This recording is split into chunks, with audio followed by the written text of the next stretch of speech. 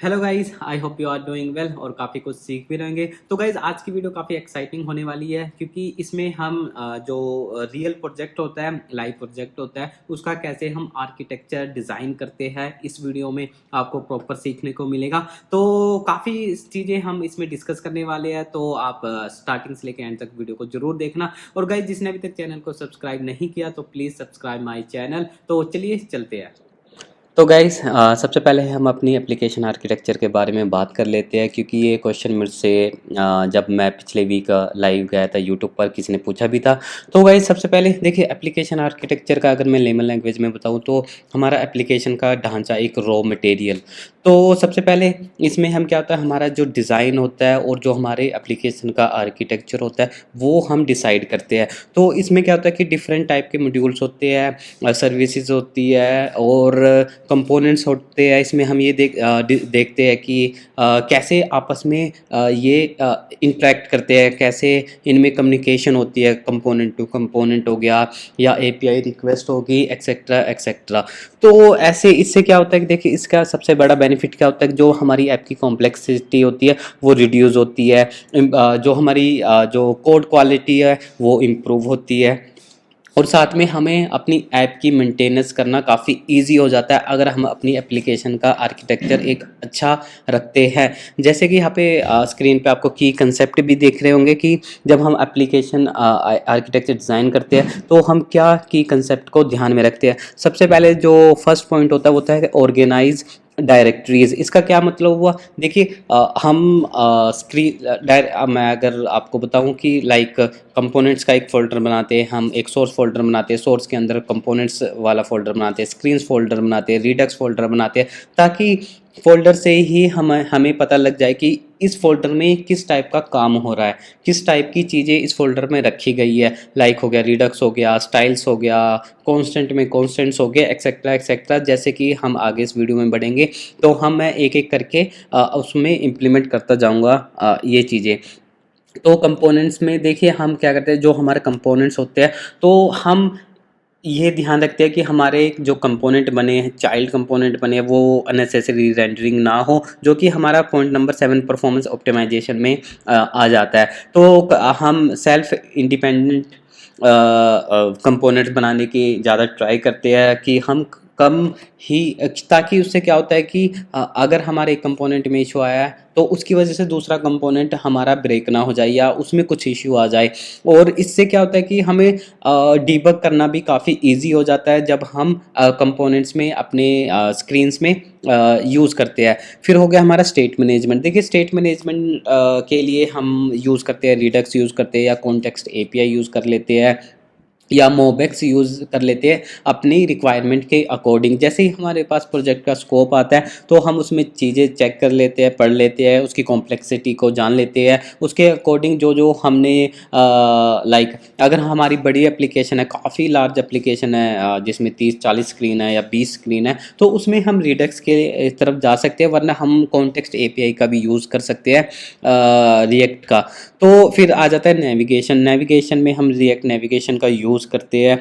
इसमें हम नेविगेशन का अलग से फ़ोल्डर बनाते हैं, इसमें हम ओथ स्टैक, मेन स्टैक को डिफरेंट कंपोनेंट में डिवाइड करके उसको रेंडर करवाते हैं। इससे क्या होता है कि हमारा जो रेंडरिंग टाइम होता है किसी भी कंपोनेंट का वो ज़्यादा इंक्रीज़ रहता है। ये नहीं कि हम सारे कंपोनेंट एक बारी में लोड करा लिए, और उससे क्या होता है कि हमारी ऐप की स्पीड थोड़ी स्लो हो जाती है। तो हम इस चीज़ों का भी ध्यान रखेंगे। जैसे हम इस वीडियो में आगे जाएंगे आपको चीज़ें क्लियर होती रहेगी। फिर हो गया नेटवर्क कम्युनिकेशन की हम कैसे अपनी एपीआईज़ को कॉल करेंगे, कैसे उन जो एपीआईज़ में अगर एरर आया तो हम उसको कैसे एरर हैंडलिंग करेंगे। ये नहीं कि एरर आ गया कि हमने कोई लोडर लगाया बट एरर आ गया बट लोडर बंद ही नहीं हुआ क्योंकि हमने सक्सेस में उसका लोडर बंद कराया था। तो इस टाइप की चीज़ें हमें देखनी होती है। तो नेटवर्क कम्युनिकेशन के लिए या तो हम जो जावास्क्रिप्ट का जो मेथड है, इनबिल्ट मेथड है फेच, उसका यूज़ कर सकते हैं, या हम एक्सियोस का यूज़ करते हैं। तो एक्सियोस का हम ज़्यादातर यूज़ करते हैं क्योंकि ये अपने आप पे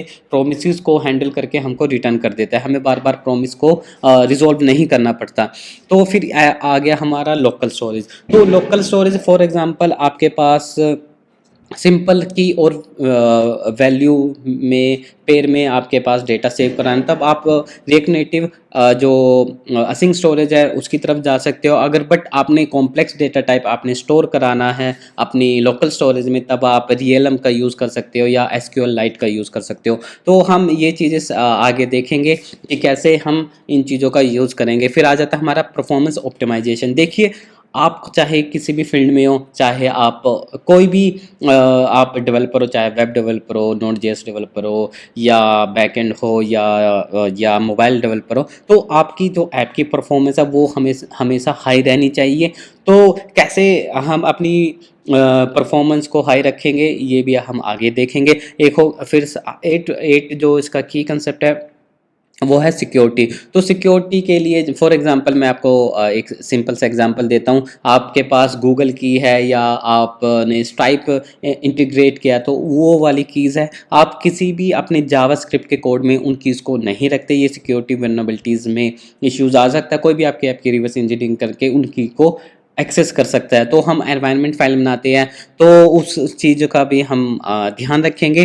फिर आ जाता है लोकलाइजेशन। तो फॉर एग्जांपल हमारी एक ऐप एक इंडिया में चल रही है, कोई दुबई में चल रही है, कोई यूएसए में चल रही है, तो जाहिर सी बात है कि हमारे पास मल्टीपल लैंग्वेज हमारी जो ऐप है वो सपोर्ट करनी चाहिए। तो उसके लिए हम लोकलाइजेशन सेटअप करते हैं, तो वो भी इस वीडियो में हम देखेंगे।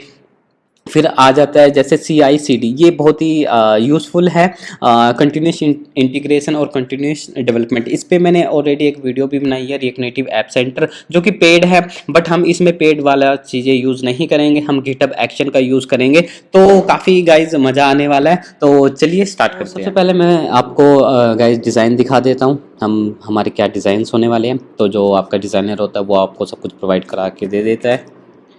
आपने सिर्फ कोडिंग करनी होती है और कोड करके आप अपनी एप्लीकेशन का डिज़ाइन बनाना होता है।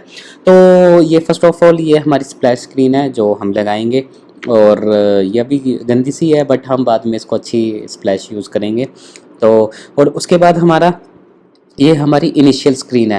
तो इनिशियल स्क्रीन में देखिए गाइज, यहाँ पे क्या हो रहा है, एक तो हमारा लोगो है जो हमारे पास ऑलरेडी हो गए एसेट्स में, और यहाँ पे कुछ टेक्स्ट है, और यहाँ पे लॉगिन विद फ़ोन नंबर है, और ये some login with Google, login with Facebook, login with Apple है। तो इसमें हमारी क्या फंक्शनैलिटी होने वाली है, एक तो हम यहाँ पे सोशल लॉगिन इम्प्लीमेंट करेंगे, लाइब्रेरी और पैकेजेस का यूज़ करेंगे, SDKs यूज़ करेंगे। और यहाँ पे देखिए आपको क्या पता लग रहा है कि जो अगर हम दूसरी भी स्क्रीन देखेंगे तो इसका थीम कलर थोड़ा डार्क ग्रे कलर का है, ग्रे मैट कलर का है। तो और साथ में यहाँ पे कस्टम कंपोनेंट हमारे क्या होने वाले हैं, वो बटन कस्टम कंपोनेंट होने वाले हैं। उसको डायनेमिक हम हैंडल करेंगे प्रॉप्स के थ्रू, जो हमने अभी तक सब कुछ ये चीज़ें हमने देख ली है, तभी मैंने बेसिक लेवल पे आपको ये चीज़ें करा दी थी, ताकि आप जब इस वीडियो पे मूव हो, जब हम ये वीडियो बनाए, तो आपको अंडरस्टैंडिंग अच्छे से हो जाए। तो यहाँ पे हम कस्टम कंपोनेंट का यूज़ करेंगे। कैसे बनाते हैं, क्या होता है, वो मैं ऑलरेडी आपको बता चुका हूँ। और फिर इसके बाद देखिए, अगर लॉगिन विद फ़ोन नंबर पे यूज़र क्लिक करेगा तो यहाँ पे मोबाइल नंबर एंटर करेगा। यहाँ पे हम कंट्री पिकर की एक लाइब्रेरी का यूज़ करेंगे, या हम अपनी खुद की कस्टम भी बनाएंगे। और यहाँ पे एक पासवर्ड फील्ड है, या तो यूज़र लॉगिन विद पासवर्ड कर सकता है या लॉगिन विद OTP कर सकता है। तो बाद में इसमें हम ट्विली अकाउंट भी यूज़ करेंगे। ट्विली अकाउंट हमारा बैकएंड पे यूज़ होगा, Node.js उसमें यूज़ करेंगे। हम पेड अकाउंट है वो ले लेंगे, क्योंकि ये चीज़ें हम ऐप लाइव स्टोर पे और ऐप स्टोर पे, प्ले स्टोर और ऐप स्टोर पे इसको पब्लिश करेंगे अपनी ऐप को। और इसके बाद हमारा एक क्रिएट न्यू अकाउंट, जहाँ पे लाइक ये रजिस्टर या साइन अप स्क्रीन इसको हम बोल सकते हैं। तो और साथ में देखिए गाइज, ये जो हमारे टेक्स्ट इनपुट कंपोनेंट है ये सभी सेम से है। तो यहाँ पे हम टेक्स्ट इनपुट कंपोनेंट को भी कस्टम कंपोनेंट बनाएंगे। तो उसके बाद जैसे ही यूज़र साइन अप करता है, फिर लॉगिन करता है, तो ये इसकी होम स्क्रीन है। तो देखिए होम स्क्रीन पे हम फ्लैट लिस्ट का यूज़ करेंगे। तो इसमें हम ऑप्टिमाइज वे में use call back, use memo वगैरह का यूज़ करेंगे। तो ये जो भी यूज़र रजिस्टर है, तो वो यूज़र इसमें हमारा फंक्शनैलिटी क्या होने वाला है, ये पोस्ट जो हमारा होता है वो यूज़र पोस्ट क्रिएट कर सकता है, देख सकता है, पोस्ट पे कमेंट कर सकता है, लाइक कर सकता है, कमेंट कर सकता है, शेयर कर सकता है पोस्ट। और पोस्ट में अगर किसी यूज़र ने लोकेशन डाली है तो यूज़र उस पर पोस्ट पे क्लिक करके उसको ट्रैक एज ए, वहाँ पे हम गूगल API की का यूज़ करके विद इन ऐप हम ट्रैकिंग भी शो कराएंगे। तो काफ़ी मज़ा आएगा जैसे जैसे हम इस वीडियो में आगे जाते रहेंगे। और साथ में अगर मैं यहाँ पे बॉटम में देखो तो यहाँ पे बॉटम टैब्स है, होम है, सर्च फीड, जो हमारी पोस्ट है उसको सर्च कर सकते हैं कीवर्ड से। इसका मैकेनिज़्म हम बैकएंड में लिखेंगे, इसकी पेज बनाएंगे। और थर्ड ऑप्शन इसका ये देखिए, जो मैंने आपको बताया था कि पोस्ट पे क्लिक करेगा तो इस टाइप की पोस्ट दिखेगी, इमेज दिखेगी। यहाँ पे व्यू मैप करके अगर यूज़र ने लोकेशन डाली होगी तब व्यू मैप आएगा, यूज़र लोकेशन नहीं डाली होगी, लाइट लॉन्ग नहीं आ रहे होंगे तो उस बेसिस पे हम चेक लगा के इस व्यू मैप के बटन को हाइड कर देंगे। और ओके गाइज, और व्यू मैप पे करके यहाँ पे हमारी ट्रैकिंग स्टार्ट हो जाएगी। जो भी हमारी लोकेशन डलेगी, करंट लोकेशन के बीच पाथ क्रिएट हो जाएगा, तो यूज़र चलेगा तो वो पाथ जैसे हम दिखाते हैं, जैसे हमारे गूगल मैप पे ट्रैकिंग होती है, सेम हम वैसी ट्रैकिंग इस पे दिखाएंगे। और इसके बाद हम यहाँ पे देखते हैं, ये हमारी सर्च है, कुछ भी हम यहाँ पे सर्च करेंगे उस पोस्ट से रिलेटेड तो यहाँ पे आ जाएगा। और यहाँ पे देखिए ये पोस्ट क्रिएशन है, थर्ड जो बॉटम टैब्स है इस पर क्लिक करके जो भी हमारी गैलरी की फ़ोटोज़ होगी वो यहाँ पे फैच करके हमको दे देगा। और इसके क्लिक पे फिर यूज़र आगे जाएगा। यहाँ पे देखिए, यहाँ पे पोस्ट आ गई है और इस पे प्लस पे बटन करके मोर जो पोस्ट्स है, वीडियोज़ है या फ़ोटोज़ है वो सिलेक्ट कर सकते हैं, डिस्क्रिप्शन दे सकते हैं और लोकेशन सेलेक्ट कर सकता है। जो भी यहाँ पे यूज़र इनपुट डालेगा वो जो भी शो होगा पोस्ट में, यहाँ पे देखिए उससे रिलेटेड, लाइक यहाँ पे यूज़र का नेम आ गया, उसके लोकेशन आ गई, यहाँ पे जो डिस्क्रिप्शन डाली थी वो चीज़ आ गई जो कि हमें यहाँ पे देखने को मिल रही है। तो देखिए, जब भी आप जाए, आप चाहे सीनियर डेवलपर या जूनियर डेवलपर हो, जब भी आप इस डिज़ाइन को देखते हो तो उसके अकॉर्डिंग आप अपने ये डिसाइड करते हो क्या क्या मेरा कस्टम कंपोनेंट होने वाला है, क्या मेरे थीम होने वाली है ऐप की, और कितना मैंने कोड को ऑप्टिमाइज तरीके से लिखना है, और क्या क्या फ़ीचर्स मेरी ये ऐप प्रोवाइड करती है। वो सब कुछ चीज़ें आपको ध्यान में रख के अपनी एप्लीकेशन का आर्किटेक्चर डिज़ाइन करना होता है। जैसे मैं आपको इसलिए दिखा रहा हूँ कि लाइक आपको भी पता लग जाएगा कि जो सीनियर डेवलपर होते हैं जो कैसे प्रोजेक्ट प्लानिंग करते हैं। तो उसके बाद हम नेक्स्ट स्क्रीन पे चलते हैं। ये नोटिफिकेशन है, कोई भी यूज़र पोस्ट क्रिएट करेगा उसको उसकी नोटिफिकेशन आएगी। तो बाद में हम इसमें हम क्या करेंगे, यूज़र को फॉलो करने का भी ऑप्शन देगा। फॉर एग्जांपल, आप एक यूज़र है, मैं भी यूज़र है, सेम इस प्लेटफॉर्म पे हमने अकाउंट बनाया, तो आप मुझे फॉलो कर सकते हो या मैं आपको फॉलो कर सकता हूँ। अगर जो इस यूज़र को आपने मेरे को फॉलो किया होगा, आप कोई पोस्ट क्रिएट करोगे तो मेरे को आपकी नोटिफिकेशन आएगी कि इस यूज़र ने पोस्ट क्रिएट की है। तो इस टाइप की हम इसका एक मैकेनिज़्म रखने वाले हैं। और उसके बाद ये प्रोफाइल है, यहाँ पे यूज़र अपनी प्रोफाइल एडिट कर सकता है, नॉर्मली जो फ्लो होता है। और यहाँ पे चेंज पासवर्ड से कर सकता है और साइन आउट कर सकता है। और ये चेंज पासवर्ड की स्क्रीन है और ये OTP वेरिफिकेशन की स्क्रीन है। तो गाइज़, ये सिंपल सी ऐप होने वाली है, बट इसमें फ़ीचर्स काफ़ी अच्छे अच्छे होने वाले हैं। हम बाद में इसमें क्योंकि इसको मैं ऐप स्टोर पे या प्ले स्टोर पे इसको पब्लिश करूँगा तो इसमें हम धीरे धीरे कस्टमाइजेशन, इसकी परफॉर्मेंस वगैरह और नए नए फ़ीचर ऐड करना, वीडियो कॉलिंग और 1 to 1 चैट, वो सब कुछ इसमें हम लगाएंगे जो भी हमारे पाइपलाइन में होने वाला है। तो चलिए गाइज़, अब बहुत हो गई है बातें, अब हम स्टार्ट करते हैं। हम देखिए इसमें क्या क्या यूज़ होगा। एक तो रिएक्ट नेविगेशन, बॉटम टैब्स के लिए बॉटम लाइब्रेरी, रिडक्स। हम सबसे पहले अपने फोल्डर स्ट्रक्चर जो हमने पीछे ये जो कीज़ पॉइंट के बारे में यहाँ पे लिखा था, इसके अकॉर्डिंग अपनी डायरेक्टरीज़ को मेंटेन करेंगे। तो चलिए, सबसे पहले अब मैं क्या करता हूँ, मैं कोड आपको दिखा देता हूँ। मैंने ऑलरेडी iDev नाम से एक एप्लीकेशन बनाई है, इंटेलेक्ट डेवलपर, इसका एब्रीवेशन मैंने शॉर्ट फॉर्म में लिखा है iDev। काफ़ी मेरे को अच्छा लगा, यूनिक। और ये सजेशन, और मैंने चैट GPT पे फॉर एग्जांपल मैंने इंटेलेक्ट डेवलपर करके एब्रीवेशन सजेशन चैट GPT से पूछा था, तो iDev मेरे को सबसे बेस्ट लगा, तो मैंने iDev इसका नाम इसका सेलेक्ट किया। तो चलिए, सबसे पहले अब हम क्या करेंगे, हम लाइब्रेरीज़ हमें पता है कौन कौन सी यूज़ होने वाली है, क्या हम यूज़ करेंगे। तो सबसे यहाँ पे मैं एक की कंसेप्ट लिखना भूल गया था, इसको हम बोल सकते थे डायरेक्टरीज़ ऑर्गेनाइज़र। तो डायरेक्टरीज़ ऑर्गेनाइज़र के लिए मैं क्या करूँगा, एक सोर्स फोल्डर बनाऊँगा अपने रूट फोल्डर में, SRC। ओके, तो इसमें स्क्रीन्स में एक स्क्रीन्स नाम का एक फ़ोल्डर बनाऊँगा, स्क्रीन जिसमें मेरे स्क्रीन्स होंगी, और एक कंपोनेंट्स बनाऊंगा, कंपोनेंट्स। ओके, और एक मैं रिडक्स का फोल्डर बना लेता हूँ। ओके, जो मेरे की कंसेप्ट क्या थे मैं यहाँ पे आपको दिखा भी देता हूँ, इसको साइड में रख देते हैं। ठीक है, कंपोनेंट्स नाम का बना लिया। स्टेट मैनेजमेंट के लिए मैंने रिडक्स यूज़ कर लिया, और नेविगेशंस के लिए मैं नेविगेशन फोल्डर लिखूँगा यहाँ पे, नेविगेशंस। ओके, और नेटवर्क कम्युनिकेशन मेरी रिडक्स के अंदर आ जाएगी, हम रिडक्स के अंदर एपीआई कॉल करेंगे। और जो एपीआई जहाँ पे होगी, जहाँ पे हम एक्सियोस का यूज़ करेंगे, उसको हम यूटिल्स नाम के फोल्डर में रखेंगे, यूटिल्स। ओके।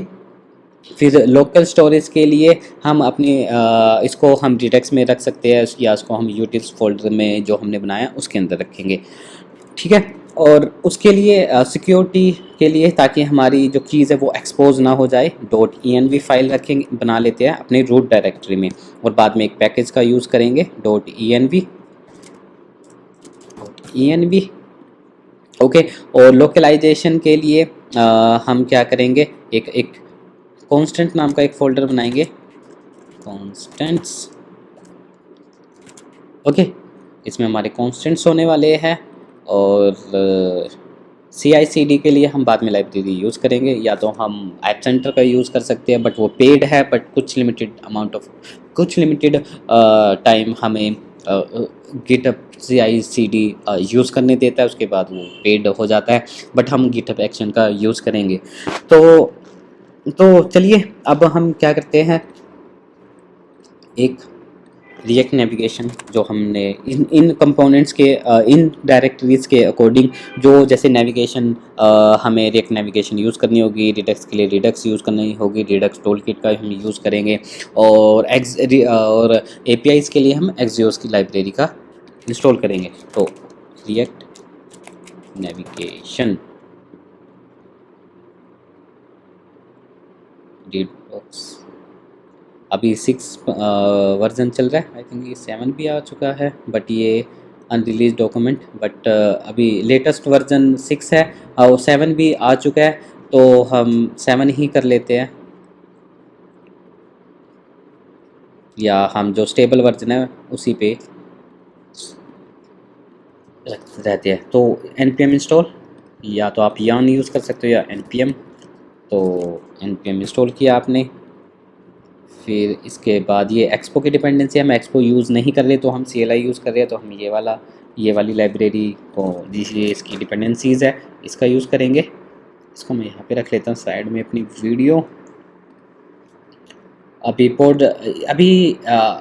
हम पोड इंस्टॉल नहीं करेंगे। देखिए लिंकिंग करने की ज़रूरत नहीं है, क्योंकि जो हमारे रिएक्ट नेव का वर्जन है वो 70 है, तो उसमें हमें जो 0.60 से बिलो थे उनके लिए हमें रिएक्ट नेटिव लिंक कमांड चलानी पड़ती थी, बट अब रिएक्ट नेटिव बहुत ही ज़्यादा एडवांस हो चुकी है, तो काफ़ी अब डेवलपर्स को ज़्यादा एरर्स फेस नहीं करने पड़ते।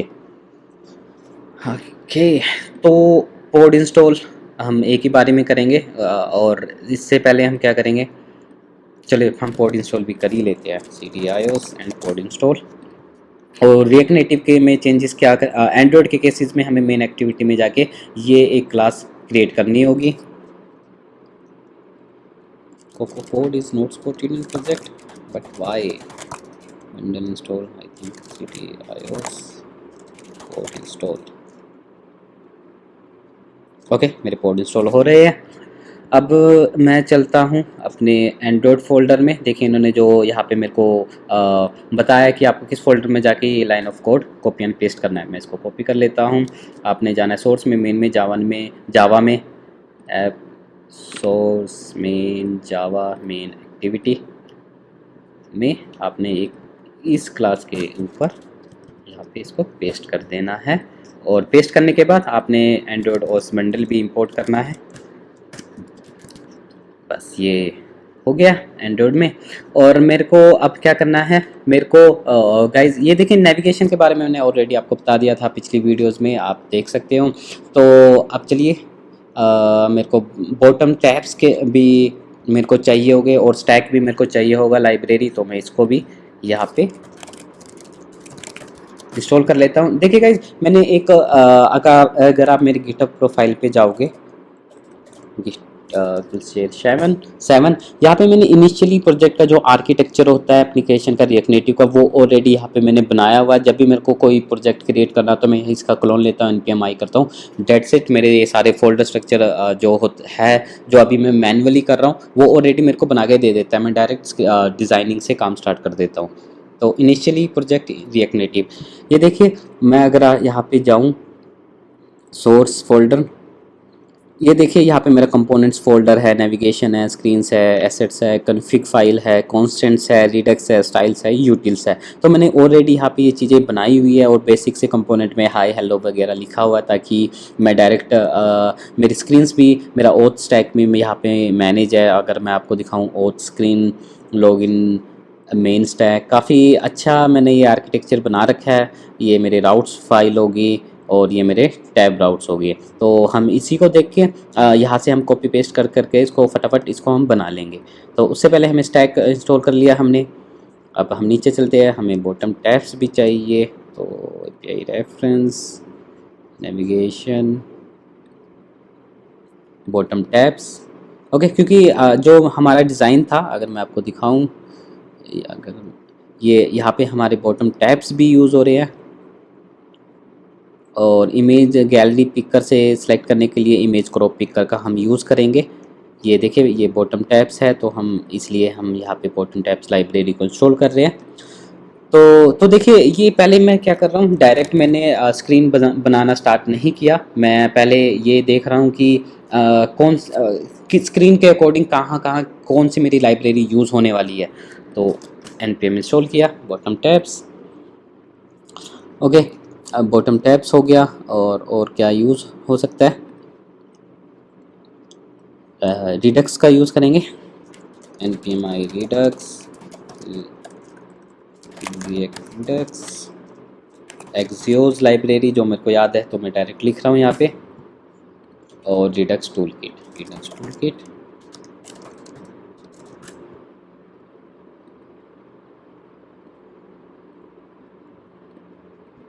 स्टार्टेड। ये इसका पैकेज है।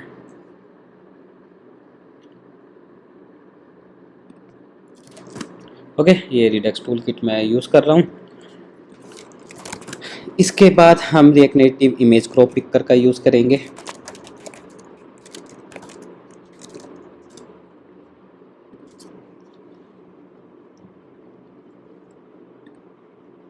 ओके, काफ़ी अच्छी लाइब्रेरी है। देखिए वीकली डाउनलोड इसके 1,24,000 के पास है। तो npm React Native image crop picker. तो React Native image crop picker के लिए हमें जो परमिशंस इसमें देनी होगी, तो लाइक कैमरा यूसेस परमिशंस, तो उसके लिए अभी गाइस हम क्या करते हैं, इस लाइब्रेरी का यूज़ नहीं करते। मैं इसको इंस्टॉल कर देता हूँ, मैं आपको बताऊँगा। क्योंकि जब या हम इसको रहने देते हैं, मैं सोच रहा था कि बाद में ही मैं इसमें चेंजेस करूं। तो चलिए हम क्या करते हैं, इसके कोड इंस्टॉल कर ही लेते हैं।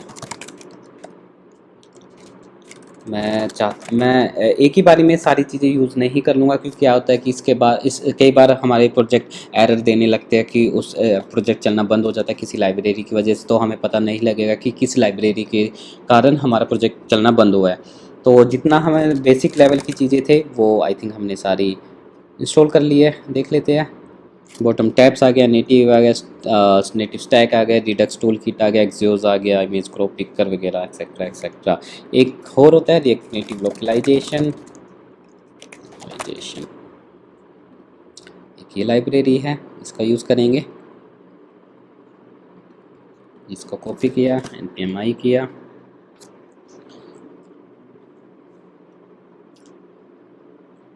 डिपेंडेंसी देख लेते हैं, कोड इंस्टॉल।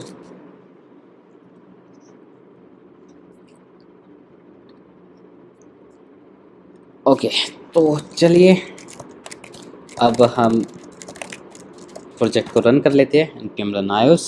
तो हमारा प्रोजेक्ट सक्सेसफुली रन हो चुका है। तो अब हम क्या करेंगे, ये तो फालतू का कोड उड़ा देंगे। मैंने एक्सटेंशन यहाँ पे रिएक्ट नेटिव के लिए कर रखी है, ताकि मेरा एक रिएक्ट नेटिव का स्निपेट रेडी हो जाए। और अपनी वीडियो को मैं यहाँ पे रखता हूँ। तो अब हम क्या करेंगे, सबसे पहले हमने नेविगेशन के जितने भी स्टेप्स थे वो सारे इंस्टॉल कर लिए हैं, सारी लाइब्रेरीज कर लिए हैं। तो हम जो डायरेक्टरीज बनाएंगे वो नेविगेशन वाली बनाएंगे। तो चलिए नेविगेशन पे चलते हैं। स्क्रीन्स में स्क्रीन्स में नहीं जाना हमने नेविगेशन में जाना है। और नेविगेशन में नहीं, स्क्रीन्स पहले हम स्क्रीन्स के कंपोनेंट्स बना लेते हैं। तो फोल्डर सबसे पहले हम इनिशियल स्क्रीन नाम से बनाएंगे फोल्डर। इसमें क्योंकि हम फोल्डर इसलिए बना रहे हैं ताकि हर एक जो हमारी स्क्रीन होगी उसके उसके कोरस्पॉन्डिंग उसकी स्टाइल शीट होगी। तो इसलिए इनिशियल स्क्रीन होगी। उसके बाद हम जैसे जाएंगे लॉगिन स्क्रीन, ओके। एक होगी हमारी साइन अप स्क्रीन। तो देखिए ये हम ऑलरेडी चीज़ें देख चुके हैं कि कौन कौन सी स्क्रीन होने वाली है। जैसे मैं आपको बता देता हूँ, एक होगी हमारी इनिशियल स्क्रीन होगी, ये लॉगिन होगी, ये साइन अप होगी और ये हमारी होम पेज होगी। तो अभी के लिए सिर्फ हम 4 स्क्रीन बनाएंगे। Home screen, okay. और एक हम क्या करते हैं, जितनी भी स्क्रीन्स होने वाली है तो हम उसको यहाँ पे उनके फ़ोल्डर क्रिएट कर लेते हैं। एक सर्च है, क्रिएट है और नोटिफिकेशन है, प्रोफाइल है, ताकि बॉटम टैब्स में भी ये लग जाए। क्रिएट पोस्ट, एक है नोटिफिकेशन स्क्रीन, नोटिफिकेशन, एक है प्रोफाइल। ये स्क्रीन हटा देता हूँ, कंपोनेंट का नाम मैं छोटा ही रखता हूँ। इनिशियल स्क्रीन रहने देता हूँ ताकि लॉगिन,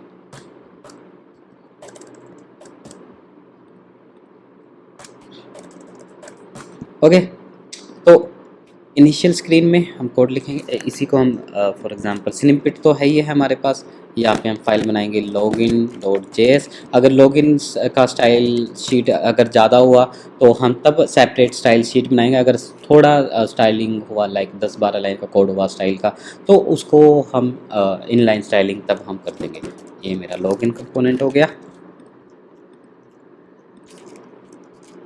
home.js, ये मेरा होम हो गया।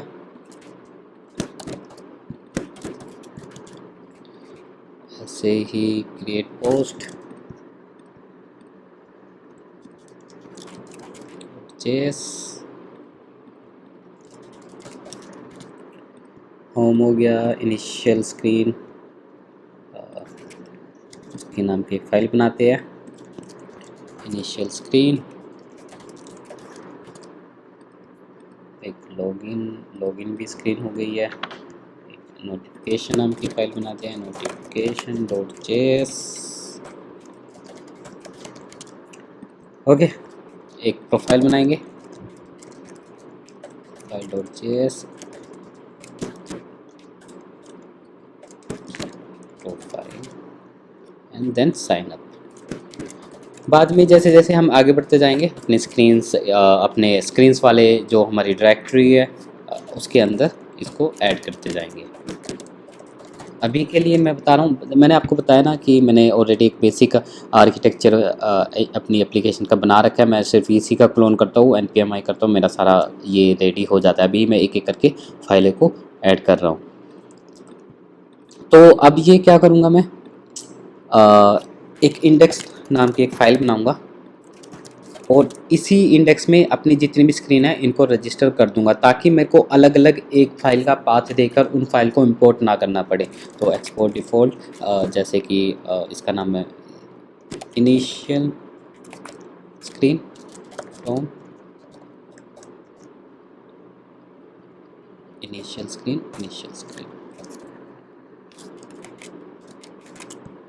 ठीक है।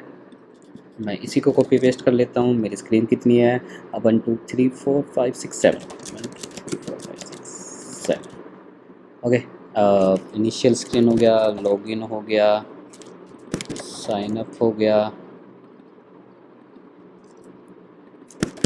Home, search. आई थिंक मैंने सर्च नाम की स्क्रीन नहीं बनाई तो एक सर्च नाम की मैं बना लूँगा।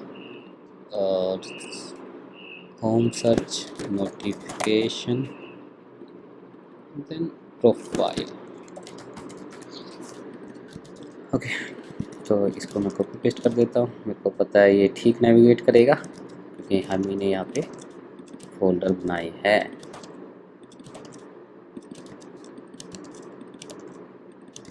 Copy paste login. Okay, search नाम का भी एक हम बना लेते हैं, screen search.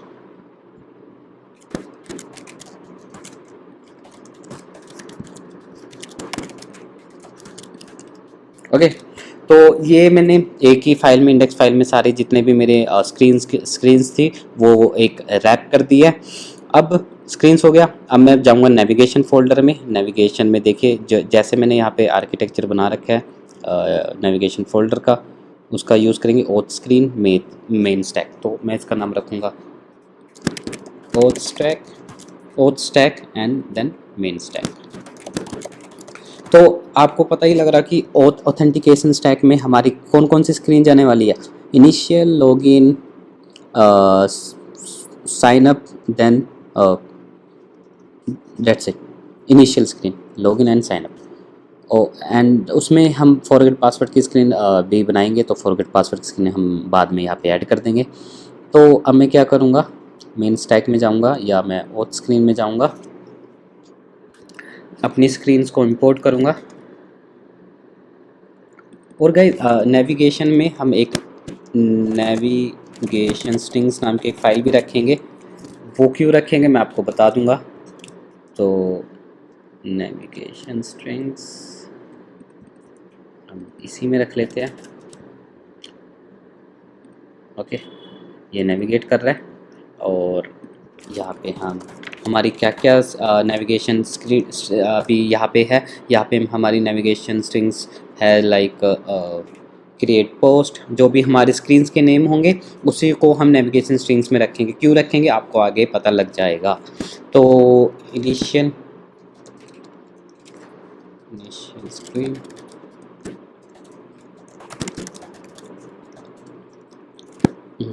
Login, sign up, login sign up, home,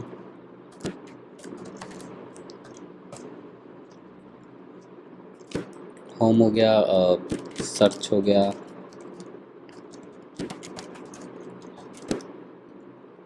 create post हो गया,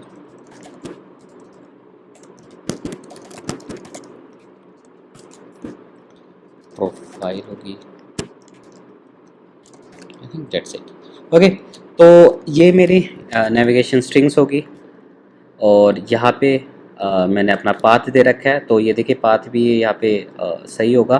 तो अगर मैं यहाँ पे लिखूँगा इनिशियल स्क्रीन, ये देखिए मेरा बता रहा है। या मैं एक ही सभी स्क्रीन को एक साथ भी इंपोर्ट कर सकता हूँ या एक एक करके भी इंपोर्ट कर सकता हूँ। इनिशियल स्क्रीन अगर आपने इनिशियल स्क्रीन हो गया, लॉगिन हो गया, साइन अप हो गया, ऐसे भी हम यूज़ कर सकते हैं। या हम एक ही बारी में import star as screens from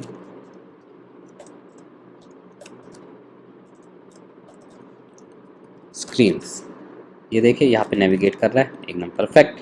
अब मैं क्या करूँगा, अपना जो मैंने यहाँ पे स्टैक बना रखा है मैं इसको कॉपी करूँगा और यहाँ पे कर दूँगा पेस्ट।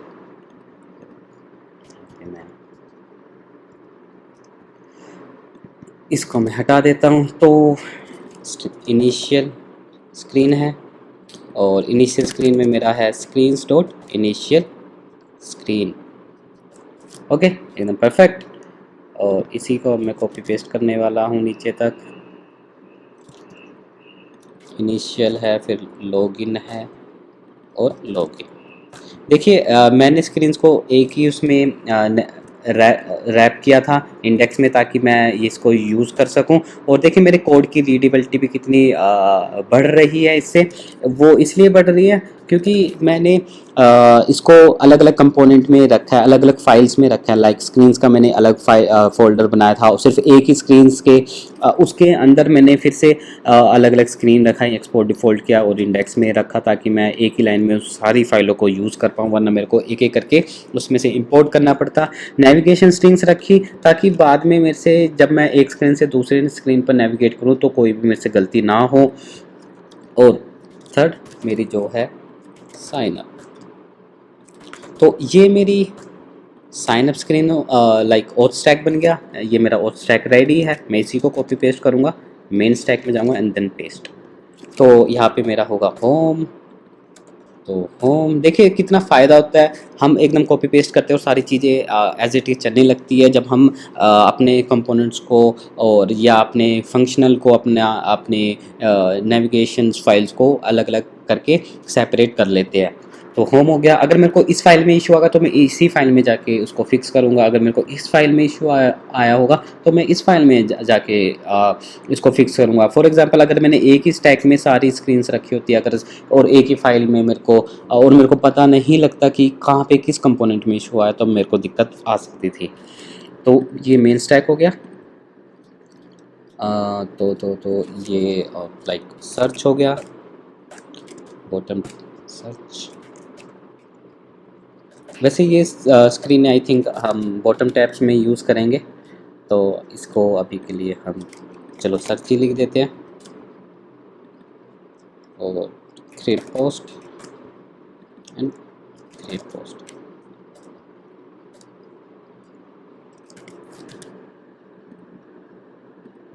यहाँ पे आई थिंक मैंने बनाया नहीं क्रिएट पोस्ट का, कॉपी पेस्ट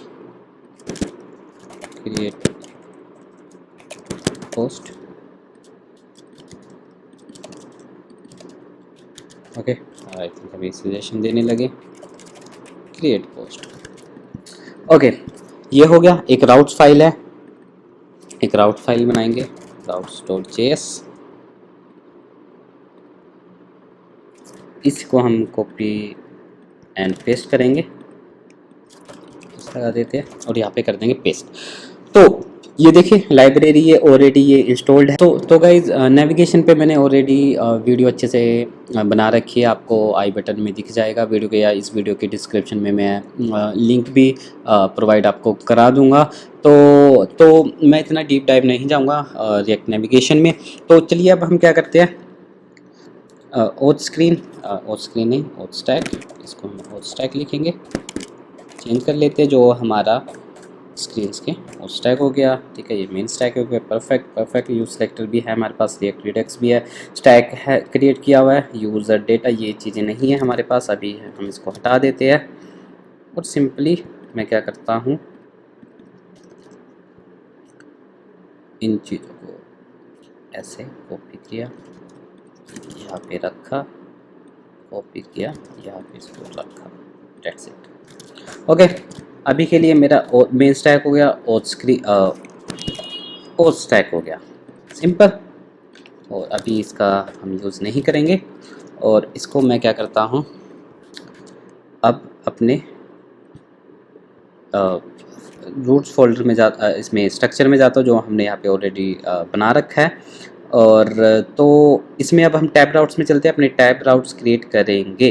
तो यहाँ पे इमेजेस भी हमें चाहिए होगी, तो हम एसेट फोल्डर में अपनी इमेजेस कॉपी एंड पेस्ट कर देंगे, ड्रैग एंड ड्रॉप। तो उससे पहले इसको बॉटम टैब्स को चलाने से पहले हम अपनी राउट्स फाइल चेक कर लेते हैं कि हमारी राउट्स फाइल प्रॉपरली वर्क कर रही है या नहीं। तो मैं app.js में जाऊँगा, यहाँ पे अपनी राउट्स जैसे इन्होंने इंपोर्ट कर रखा है, यूज़ कर रखा है, वैसे सिंपली मैं भी इसको इंपोर्ट करके यूज़ कर लूँगा। app.tsx में गए, तो हम tsx टाइप स्क्रिप्ट में नहीं बनाएंगे, हम js में बनाएंगे। और अब इसको मैं मिनिमाइज़ कर देता हूँ। आपने क्या करना है, राउट्स इंपोर्ट करना है, सेव करते हैं, कोई इशू तो नहीं, नहीं कोई इशू नहीं आया, होपफुली अब ये चल जाए। राउट्स और इसकी हटा दें। ओके ये देखिए आपको दिख रहा होगा कि यहाँ पे लॉगिन स्क्रीन यहाँ पे शो हो रहा है। राउट्स में सबसे पहले मेन स्टैक में क्या था, मेन स्टैक में अगर मैं जाऊँ तो होम पे आई थिंक ये लॉगिन लिखा है, इस करके मैं यहाँ पे चेंज करूँगा तो ये देखिए यहाँ पे चेंज भी हो रहा है। और इसको मैं हटा देता हूँ, ये देखिए यहाँ पे चेंज हो रहा है होम।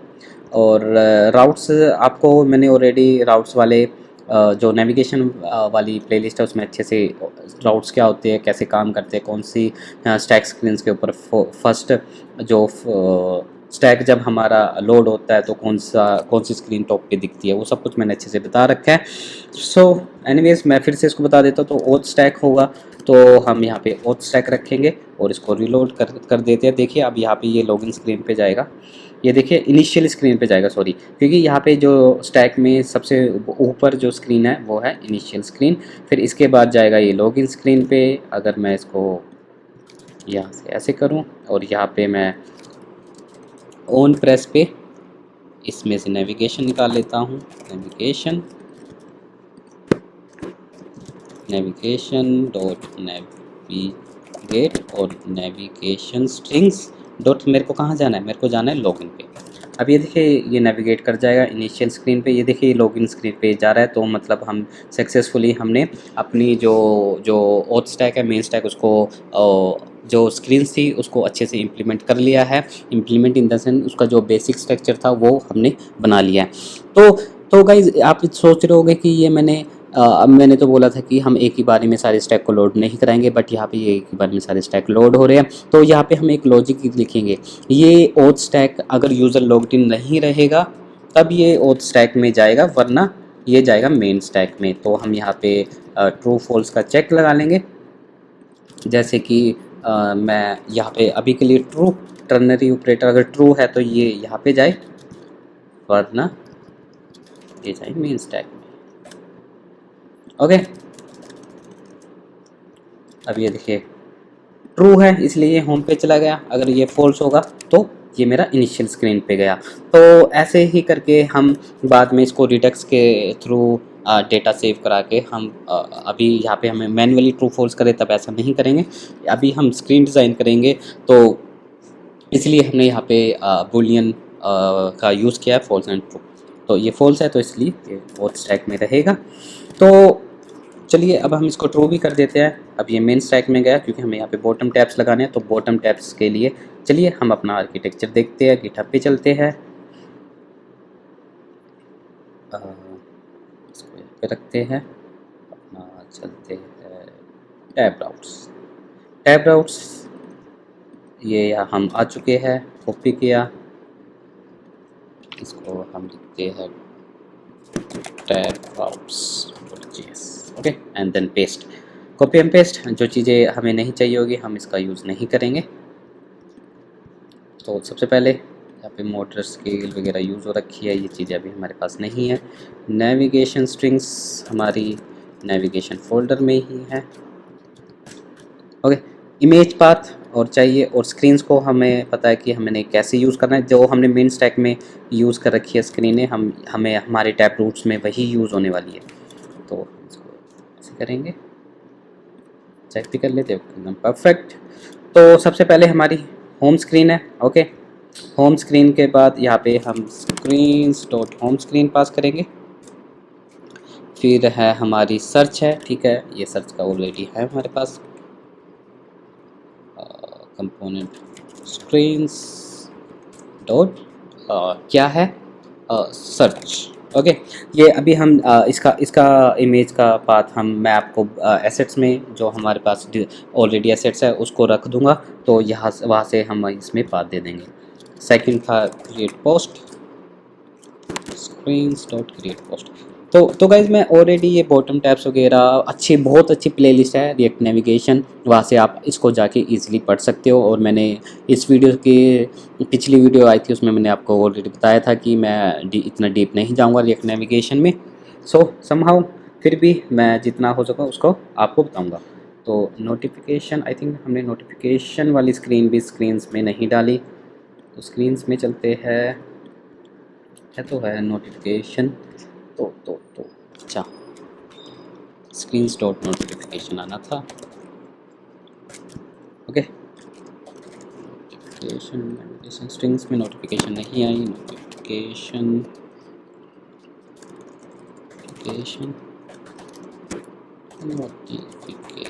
ओके, सेव किया। अब चेक करते हैं, yes right, we have notification and then profile, okay, screen dot profile, okay. ये बॉटम टैब्स। अब हमें इमेज भी चाहिए होगी, तो चलिए कॉन्स्टेंट में चलते हैं। कॉन्स्टेंट में इमेज पाथ नाम से एक फ़ाइल बनाते हैं, एक्सपोर्ट डिफ़ॉल्ट जो भी हमारा स्ट्रक्चर होता है इसमें कॉन्स्टेंट में जाएंगे। तो गाइज आप इस रेपोस का भी यूज़ कर सकते हैं, अगर आप एक्सपीरियंस है तो आप डेफिनेटली इस रेपो का यूज़ कर सकते हो। इमेज पाथ में चलता हूँ, इसको कॉपी किया, यहाँ पे गया तो कॉपी एंड पेस्ट। ओके, तो ये मैंने पाथ दे रखा है एसेट्स फोल्डर, तो मेरे को यहाँ पे एसेट्स फोल्डर बनाना होगा।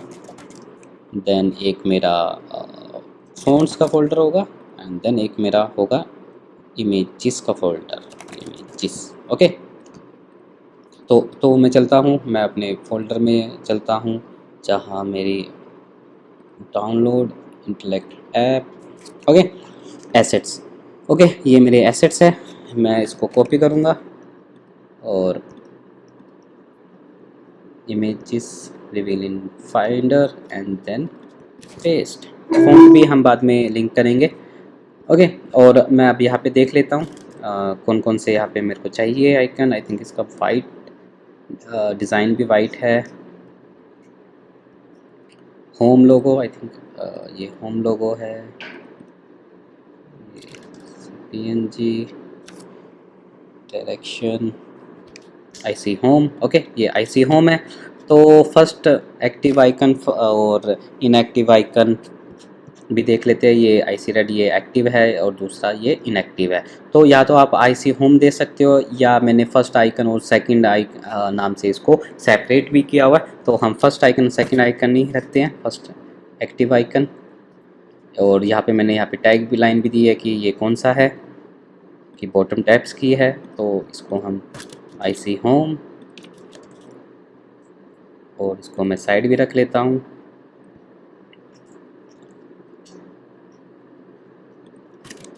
एक्चुअली ये एक्टिव आइकन का था और ये मेरा था आईसी होम। अगर मैं इसको ओपन करके दिखाऊँ, ये देखिए आपको यहाँ पे ये दिख भी रहा है वाइट कलर में।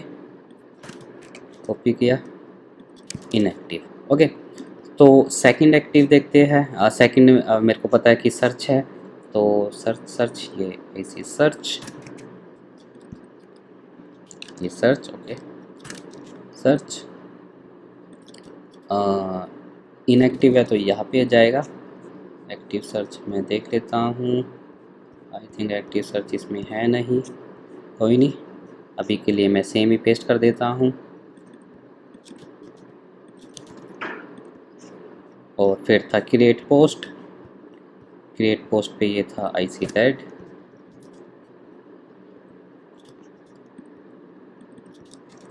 के लिए मैं सेम आइकन कर रहा हूँ, आईसी यूज़र।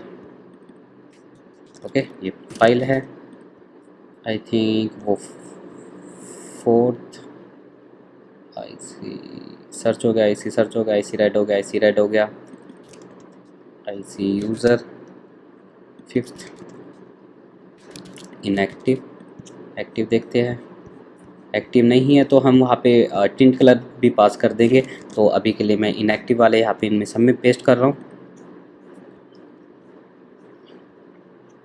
प्रोफाइल नोटिफिकेशन कर लेते हैं। ओके, एकदम सही है, कॉपी किया। ओके, और थर्ड मेरा क्रिएट पोस्ट था, तो क्रिएट पोस्ट का मैं देख रहा हूँ IC notify, IC plus, IC cross. ठीक है, हम अब क्या करते हैं, इन आइकन्स का यूज़ करते हैं। टैब आउट्स में गए। ओके, यहाँ पे ये अब बता भी रहा है, ये देखिए फर्स्ट आइकन, इसको सेव किया, थर्ड फोर्थ फिफ्थ। ओके, तो अब हम क्या करेंगे, इस राउट्स फाइल को हम यूज़ करेंगे अपने मेन स्टैक में, just like that. Okay, main stack गया, टैब राउट्स यहाँ से हम कॉपी पेस्ट करेंगे क्योंकि फोल्डर स्ट्रक्चर मेरे को पता है कि ये यहीं पे नेविगेट करेगा। और स्टैक के अंदर हमने अपने और नेविगेशन स्ट्रिंग्स में tab outs then tab outs. Okay, perfect. अब ये देखिए, अब मेरे को बॉटम टैब शो होने चाहिए। इसको मिनिमाइज़ कर देता हूँ। कहीं कलर्स इसने बताया है, टैब आउट्स में चलते हैं, कलर्स अभी हमारे यूज़ नहीं हो रहे। ओके, तो अब हम क्या करेंगे, कलर्स नाम की भी एक फ़ाइल बना लेते हैं जो हमारा एक स्टाइल्स नाम के फ़ोल्डर में होगा।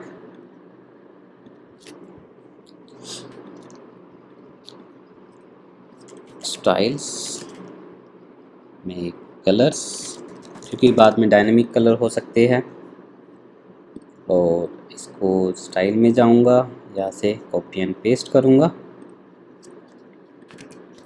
That's it. ओके, और थीम का कलर जो है ये मैं भी ग्रे रख लेता हूँ। बॉर्डर ये अभी फालतू वाले कलर अभी के लिए हटा देता हूँ। सेव किया, ब्लैक,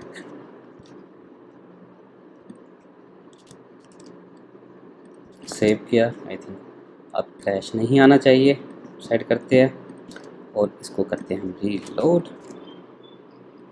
ओके, अभी भी आई थिंक हमारे पास कुछ एरर आया है। it has not registered server assets image IC home png। शायद हमें प्रोजेक्ट दोबारा ना रन करना पड़ जाए। इमेज पाथ को देखते हैं जाके,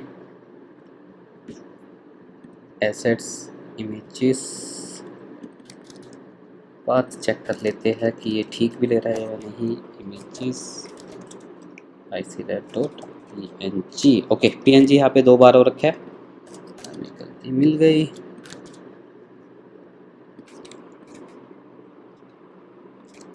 चलिए हम अपने प्रोजेक्ट को दोबारा रन करते हैं, मे बी ये दोबारा रन करना पड़े। npm run ios दोबारा रन करके हमें एरर भी पता लग जाएगा कि कहाँ पे कुछ एरर है। ओके, यहाँ पे भी 2 बार png यूज़ हो रखा है, यहाँ पे भी। सेव किया, प्रोजेक्ट रन देखते हैं, प्रोजेक्ट रन हो रहा है।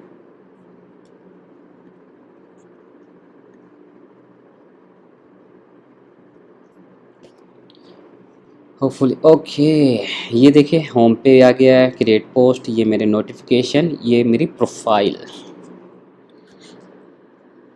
ओके, और इसका जो बॉटम टैब्स है वो हमारा थोड़ा ग्रे है, इसलिए हम इसको देंगे background colour, colours dot theme.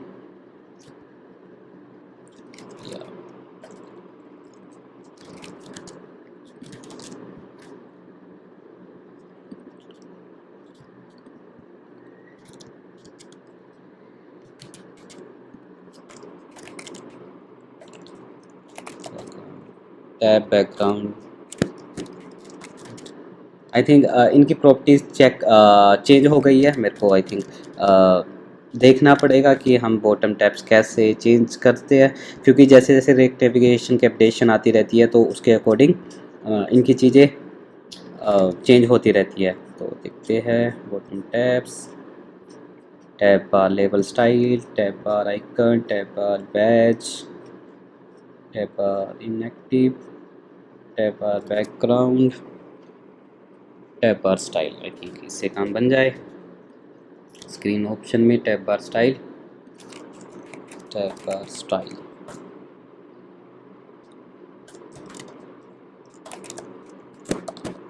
अभी के लिए मैं रेड देखता हूँ।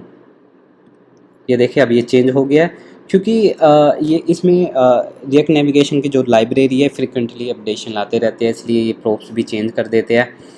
तो इसलिए हमें प्रोप्स ढूंढने में दिक्कत आ गई थी, बट एनीवेज हमें पता है हमारी थीम का कलर ये ग्रे।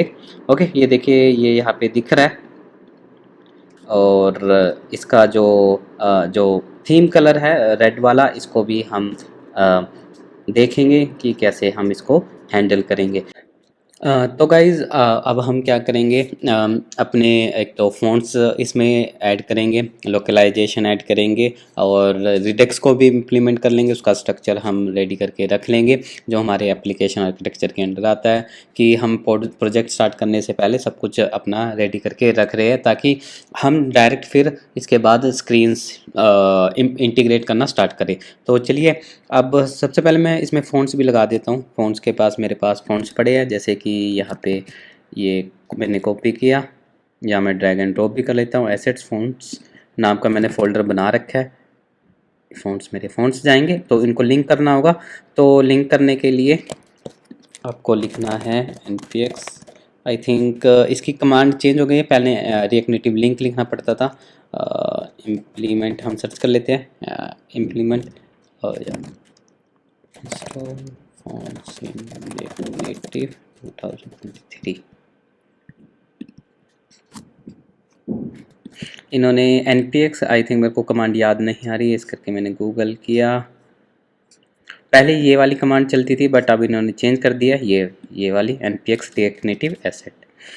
तो इसके लिए चलाने के लिए हमें क्या करना होगा, हमें यहाँ पे एक कॉन्फ़िगरेशन वाली फ़ाइल भी ऐड करनी होगी। वो कॉन्फ़िगरेशन वाली फ़ाइल क्या है, और ये जो मैंने ऑलरेडी फोल्डर स्ट्रक्चर इनिशियल बना रखा है, हम यहीं से देख देख के कर रहे हैं।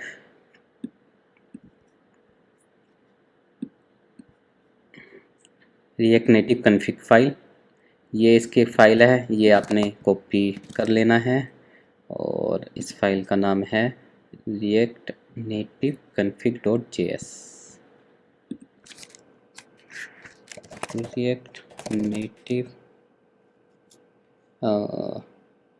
dot config.js, react native dot config.js। Okay, आपने यहाँ पे पेस्ट कर देना है।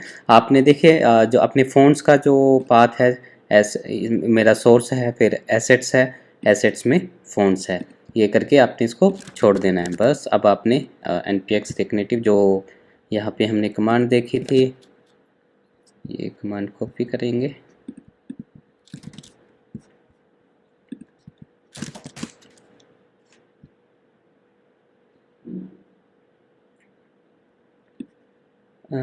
Linking TTFSS 28 project, I think ये लिंक हो चुकी है।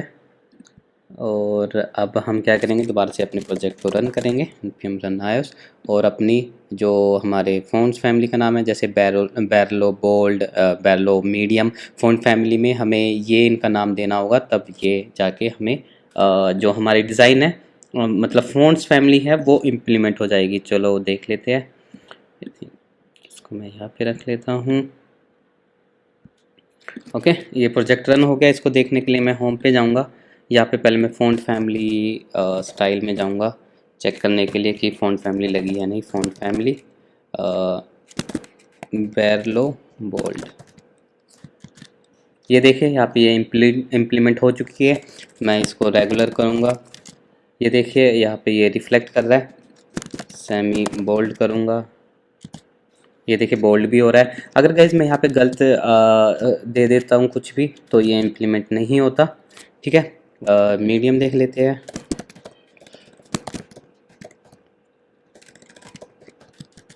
ये देखिए ये अप्लाई हो रहा है। तो हमने फ़ॉन्ट फैमिली भी यहाँ पे इम्प्लीमेंट कर ली है। अब हम अपनी लोकलाइजेशन को सेट करेंगे। आपने कांस्टेंट में जाना है, कांस्टेंट में आपने लैंग नाम का एक फ़ोल्डर बनाना है, और लैंग्वेज आपकी कौन कौन सी होने वाली, जैसे इंग्लिश होगी, या अभी अरेबिक भी हम कर लेते हैं, ar.js। तो इसमें आपने अपनी फाइल्स रखनी है। मैं आपको दिखा देता हूँ। कॉन्स्टेंट में हम जाएंगे, ये लैंग्वेज इंग्लिश वगैरह, और ये अदर लैंग्वेज, इस टाइप से आपने अपने लैंग्वेज रखनी है। तो फॉर एग्ज़ाम्पल मैंने यहाँ पे लिख लिया होम और प्रोफाइल, इसको मैंने किया सर्च। ओके, तो सेम ये कॉपी किया मैं, सेम इसी इसमें की देखिए आपने क्या करना है, जो की का नाम है वो सेम रहेगा, जो उनकी वैल्यू है वो चेंज होगी ट्रांसलेशन में। तो अरेबिक इंग्लिश हो गया, एक इंडेक्स फाइल बनाएंगे index.js, और जो यहाँ पे हमने index.js बनाई है इसको कॉपी एंड पेस्ट करेंगे।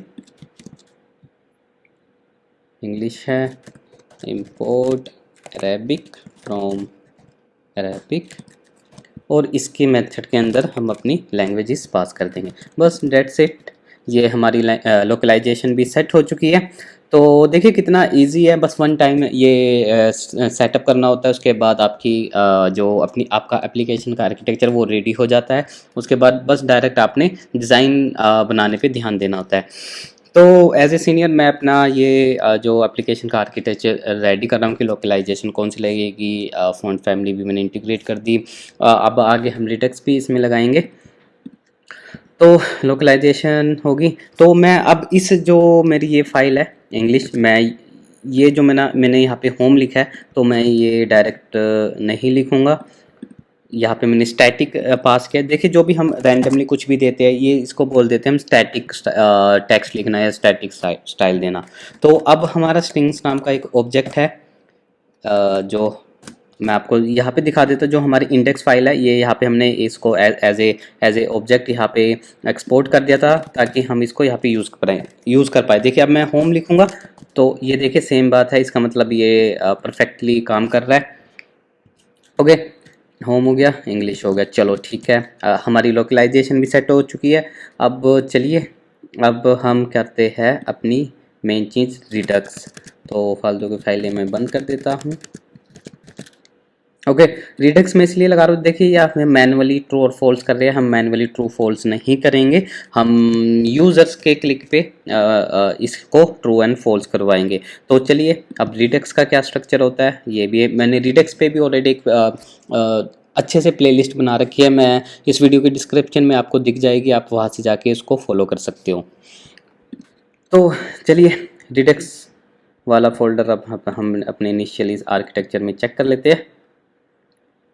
ये एक्शंस है, रिड्यूसर्स है, क्योंकि एक्शन मल्टीपल एक्शंस हो सकते हैं, मल्टीपल रिड्यूसर्स हो सकते हैं।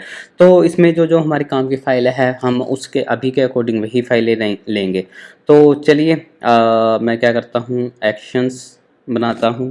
देखिए अगर किसी को एक्शंस नहीं पता, एक्शंस क्या होते हैं, रिड्यूसर्स क्या होते हैं, तो मैं उसको रिकमेंड करूँगा वो जाके मेरी रिडक्स की प्लेलिस्ट ज़रूर देखे। ठीक है, एक्शंस हो गया, रिड्यूसर हो गया, और एक और फाइल होती है इसमें, store and type dot JS. तो इसको मैं करूँगा एक store dot JS. Okay, store dot JS में चलते हैं, यहाँ पे हम अपना स्टोर क्रिएट करते हैं। ओके, ये मेरा रिडक्स टूल किट मैंने ऑलरेडी बना रखा था। तो अब मैं चलता हूँ रिड्यूसर्स में। रिड्यूसर्स में auth डॉट जेएस नाम से हम एक रिड्यूसर बनाएंगे। इसमें मैंने रिडक्स टूल किट का यूज़ किया है। इस पर ऑलरेडी हम वीडियो बना चुके हैं, तो गाइज मैं बार बार बोल रहा हूँ, अगर आपको ये चीज़ें नहीं समझ आ रही तो मैं रिकमेंड करूँगा आप मेरी पहले रिडक्स वाली प्लेलिस्ट ज़रूर देखें। ओके, ये मेरा यूज़र डेटा हो गया, सेव यूज़र डेटा हो गया। तो ये अच्छे से मैंने एक्सप्लेन किया हुआ है उन वीडियोज़ में। तो चलिए, मेरा ऑथ रिड्यूसर्स बन चुका है। एक मैं बनाऊँगा ऑथ डॉट जेएस नाम से एक्शन, और इसमें एक इंडेक्स फाइल होगी, ताकि हम मल्टीपल एक्शन और मल्टीपल रिड्यूसर को एक इंडेक्स फाइल में रख के इसको इंपोर्ट करके कहीं भी यूज़ कर पाए। तो रिड्यूसर में गया और डॉट जेएस, यहाँ पे इसको कॉपी एंड पेस्ट किया। एक हम टाइप्स नाम का भी एक टाइप्स बना लेते हैं। ओके, ये मेरा क्लियर डेटा।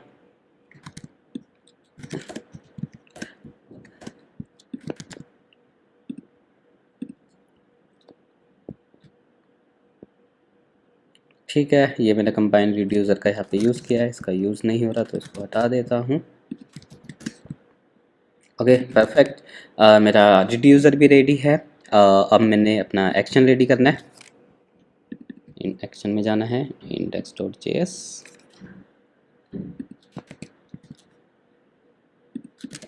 पेस्ट कर देना है। आई थिंक मैंने रिड्यूसर का इंडेक्स पेस्ट कर दिया है। मैं ओथ में जाऊँगा, copy and paste, that's it and that's it. Okay, अब मैं ओथ की फाइल में जाऊँगा, इसको कॉपी एंड पेस्ट करूँगा, और यहाँ से अभी के लिए मैं फालतू के फाइलें हटा देता हूँ गाइस, ये अभी हमारी यूज़ नहीं हो रही।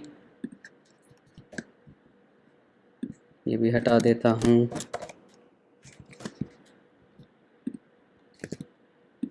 क्लियर यूज़र डेटा, अभी जो चीज़ें यूज़ नहीं होगी उसका हम यूज़ नहीं करने वाले। स्टोर हो गया, टाइप्स आ गया, डिस्पैच हो गया, ओके डेट्स इट। अभी के लिए हम हमारा जो रिडक्स है होपफुली वो इंटीग्रेट हो चुका है। अब हम इसमें कुछ डेटा भेजेंगे और डेटा ये देखिए यहाँ से हम जब भी लॉगिन करेंगे तो डिस्पैच होके ये ओथ वाले पे जाएगा और ये जो हमारा रिड्यूसर का सेव यूज़र जो मेथड है ये एक्शन से आएगा और इसमें वैल्यूज़ आप पास करेंगे हम और ये वैल्यू यहाँ पे चेंज हो जाएगी। ठीक है, तो चलिए ये इस लॉगिन भी हटा देता हूँ यूज़र डेटा। तो अब इस रिड्यूसर की वैल्यू हम इसको राउट्स डॉट जेएस में फेच करेंगे। तो उसके लिए हमें सबसे पहले क्या करना होगा, ऐप को हमें रैप करना होगा अपने रूट फोल्डर में, मतलब रिडक्स वाले प्रोवाइडर में। तो चलते हैं देखते हैं, यहाँ पे हमने कर रखा है ऐप डॉट जेएस में, चलते हैं प्रोवाइडर, एक हमें फिर यहाँ पे स्टोर भी करना पड़ेगा। देखिए मैं डायरेक्ट कॉपी पेस्ट कर रहा हूँ, आप अगर आपके पास सही नहीं हो गया, अगर आपने डिफरेंट फोल्डर में दे रखोगे तो आपको एरर आ सकता है। तो आप मेक श्योर करें कि जो भी आप यहाँ पे पाथ दे रहे हो वो करेक्टली हो।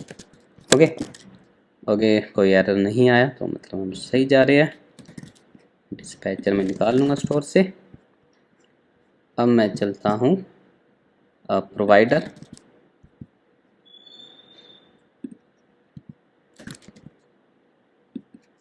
हटा देता हूँ प्रोवाइडर।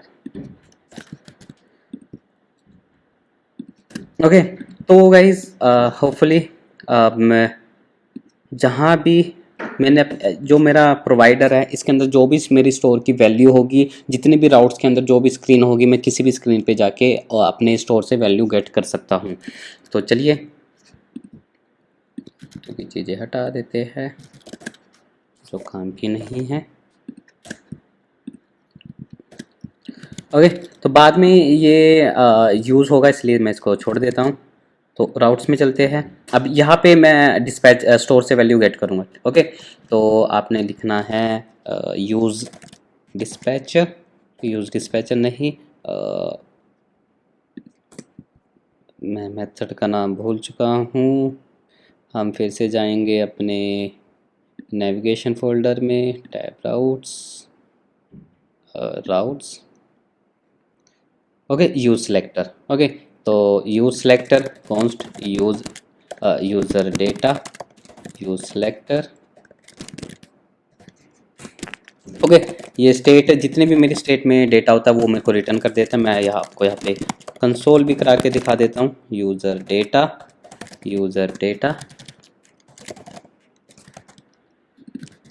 ओके, तो चलते हैं इसका कंसोल चेक करते हैं। डिबग विद क्रोम, इंस्पेक्ट किया,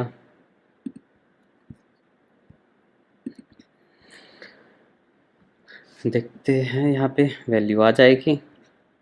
ओके, ये देखिए मेरे जो राउट्स वाली फाइल है आपको राइट में दिख रहा होगा, इसमें ओथ है, ओथ के अंदर यूज़र डेटा, अभी यूज़र डेटा एम्प्टी है। तो अब मैं यहाँ पे क्या करूँगा, मेरे को पता है ये डिस्ट्रक्चरिंग कर लूँगा मैं यहाँ पे वैसे डॉट लगा लूँगा ओथ के अंदर मेरा क्या है, बस अब मैंने इसको सेव किया। अब मेरे को ये डायरेक्ट यूज़र डेटा देगा। तो फिर से मेरे को पता है मेरी की का क्या नाम है, यूज़र डेटा। तो ओके, ये एम्प्टी ऑब्जेक्ट देगा। ओके, तो मैं यहाँ पे चेक लगा के रखूँगा, अगर यूज़र डेटा के अंदर ओथ टोकन है जो मैं जब यूज़र लॉगिन होगा उससे वैल्यू सेव करा लूँगा, या अभी के लिए मैं क्या करता हूँ इस लॉगिन नाम से की रख लेता हूँ। ये चीज़ होगी तब ये मेरा मेन स्टैक में जाए, वरना ये इनिशियल स्क्रीन पे आए। तो ठीक है, अभी ठीक है, इसमें कोई वैल्यू नहीं है, मेरी कंडीशन फॉल हो गई है तो इसलिए ये ओथ स्टैक में चला गया है। तो अब मैं क्या करूँगा, यूज़र डेटा में इस लॉगिन नाम की की सेव करा दूंगा। वो किसके क्लिक पे मैं सेव कराऊंगा, जैसे कि इनिशियल स्क्रीन है, इनिशियल स्क्रीन में मैं यहाँ पे एक बटन ले लेता हूँ, बटन, और बैक आता हूँ।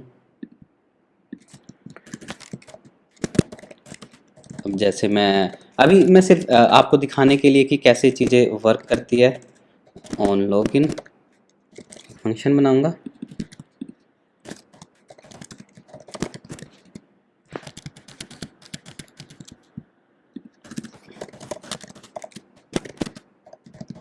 ओके, बटन में टाइटल भी लेगा ये, टाइटल जैसे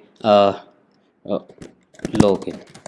ओके, जैसे मैं इस पर क्लिक करूँगा तो ये मेरा होम पेज पे जाना चाहिए, राउट्स की वैल्यू यहाँ पे चेंज हो जाएगी और ये मेरा होम पेज पे जाना चाहिए। तो अब मैं क्या करूँगा, डायरेक्ट ऑन लॉगिन पे जो मेरा सेव यूज़र डेटा है उसको कॉल करा लूँगा, सेव यूज़र डेटा। इससे पहले मेरे को डिस्पैच करना होगा, वो भी हम देख लेते हैं। मैं गया राउट्स, यहाँ पे मैं पहले स्टोर को मेरे को गेट करना होगा, स्टोर, सॉरी यहाँ पे नहीं, हमें जाना था इनिशियल स्क्रीन पे। ये मेरा स्टोर हो गया, स्टोर के अंदर डिस्पैच देन स्टोर। ओके, तो अब मैं डिस्पैच के अंदर अपना सेव यूज़र डेटा के अंदर वैल्यू पास कर दूंगा। तो मैंने अपना एक्शन यहाँ से डिस्पैच किया और ये डिस्पैच होके इमीडिएट हमारे रिड्यूसर के पास जाएगा और वैल्यू को चेंज कर देगा। तो अब मैं यहाँ पे वैल्यू पास कर देता हूँ, जैसे इज़ लॉगिन ट्रू। ओके, कुछ गड़बड़ हो गई है। ओके, ये पाथ इसने गलत ले लिया है, यहाँ पे देता हूँ स्टोर। ओके, अब ठीक है, अब मैंने लॉगिन किया, ये चेंज नहीं हुआ, देख लेते हैं क्या गड़बड़ है।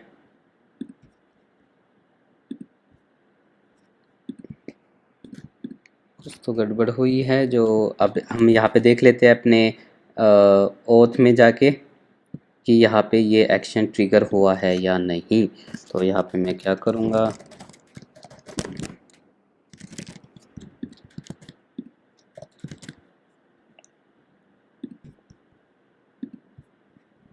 ओके, ये आया तो है,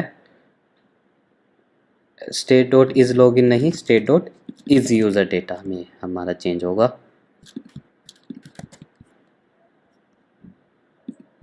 ये देखे परफेक्ट। अब हम गलत क्या कर रहे थे कि इज़ लॉगिन नाम से कोई स्टेट नहीं थी, इसलिए वो गड़बड़ कर रहा था। अब यहाँ पे क्या हुआ, ये एक्शन ट्रिगर हुआ, एक्शन ट्रिगर होकर यूज़र इसमें क्या हुआ, यूज़र डेटा में हमारा इज़ लॉगिन हो गया ट्रू, या इसलिए इसने क्या किया, इसको लॉगिन कर दिया। तो राउट्स में ऑटोमेटिकली क्या हुआ, यहाँ पे जैसे ही हमारी रीड यूज़र की वैल्यू अपडेट होती है, जहाँ जहाँ वो यूज़र होती है वो इमीडिएट अपडेट हो जाती है। तो इमीडिएट यहाँ पे हमारे ये स्टेट की वैल्यू थी वो यूज़ हो रही थी। अब अगर हम यहाँ पे यूज़र डेटा को प्रिंट कराएं, देखिए यहाँ पे इज़ लॉगिन ट्रू आ रहा है। तो मैंने रिलोड किया, रिलोड करने में फिर से लॉगिन पे आ गया, क्योंकि ये हमने एसिंक स्टोरेज में वैल्यू सेव नहीं कराई थी, कोई भी लोकल सेशन स्टोर नहीं कराया था, तो इसलिए इसने फिर से इसको इनिशियल स्टेज पे ले गया। रिडक्स की वैल्यू सिर्फ जब तक हमारी ऐप चल रही होती है तब तक ही एग्जिस्ट करती है। आप ऐप को रिलोड कर देते हो या किल करके दोबारा आते हो तो फिर से हमारा स्टोर एम्प्टी हो जाता है। तो वहाँ पे हम एसिंक स्टोरेज का यूज़ करते हैं, उसको कैसे करेंगे हम आगे देखेंगे। तो चलिए, मैंने लॉगिन पे क्लिक किया, ये देखिए मेरा होम स्क्रीन पे ये जा रहा है, परफेक्टली सारा काम कर रहा है। तो हमने क्या किया, अभी तक हमने अपने फ़ोन फैमिली इम्प्लीमेंट कर ली, ठीक है। कंपोनेंट्स अभी हमने बनाए नहीं, कंपोनेंट्स तब बनाएंगे जब हम स्क्रीन की इम्प्लीमेंटेशन स्टार्ट कर देंगे। नेविगेशन हमने फोल्डर अच्छे से मेंटेन कर लिया, हमने ओथ स्टैक मेन स्टैक भी इम्प्लीमेंट कर लिया है, हमने राउट्स बना लिए हैं, हमने रिडक्स भी इम्प्लीमेंट कर लिया है, एक्शन बना लिया, रिड्यूसर बना लिया है, और स्क्रीन जो हमने बेसिक से स्क्रीन थी हाई हेलो टाइप से हमने इसको कर लिया है। तो यहाँ पे मैंने कलर से देखिए जो भी मेरे इसमें कलर्स होने वाले हैं, तो मैंने यहाँ पे कांस्टेंट फाइल में स्टाइल्स नाम की एक फाइल में कलर्स में यहाँ पे ऑलरेडी यहाँ पे कलर्स जो भी यूज़ हो गए वो यहाँ पे आ चुका है। तो इसका थीम कलर है, जो पहले टैब राउट्स में चलते हैं, इसको हम कर देते हैं colours dot theme colour.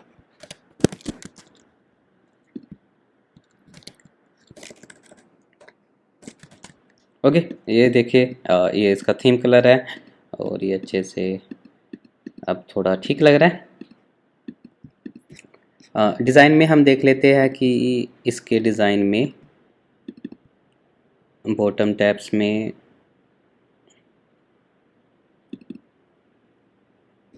Okay, bottom tabs में जो बॉटम टैब में टाइटल है उस वो नहीं है, ओनली आइकन है, तो हम अपने टेक्स्ट को भी, लेबल को भी फोल्ड कर देते हैं। ओके, एकदम सही।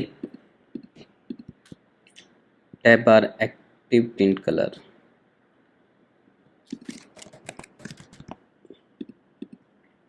ओके, ये जो भी कलर है, अब हमने यहाँ पे क्या किया था, जैसे फर्स्ट इनएक्टिव क्या है, फर्स्ट इनएक्टिव पे इस फोकस पे यहाँ पे हम अपना टिंट कलर चेंज कर देंगे।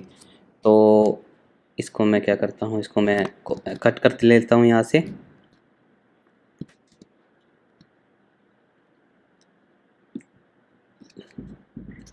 इसको मैंने कट किया, इसको भी मैंने कट किया। ओके, स्टाइल में टिंट कलर। अब जैसे कि मैं कलर्स डॉट रेड पास करता हूँ, ये देख, और फर्स्ट इनएक्टिव कलर। अब मैं यहाँ पे टिंट कलर इसका चेंज कर दूंगा फोकस्ड पे। अगर फोकस्ड है तो कलर्स रेड जाए, वरना कलर्स डॉट वाइट जाए। अब देखिए, मैंने होम पे क्लिक किया, ये एकदम रेड हो चुका है। अब मैं जैसे ही सर्च पे क्लिक करूँगा ये भी रेड होना चाहिए। तो मैं इसको क्या करता हूँ, इसको मैं कॉपी पेस्ट कर लूँगा यहाँ से, रिटर्न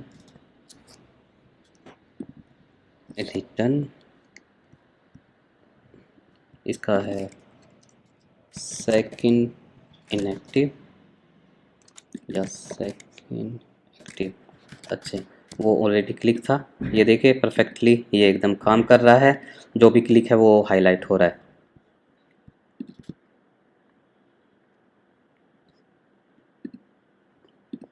अब सेम कॉपी एंड पेस्ट,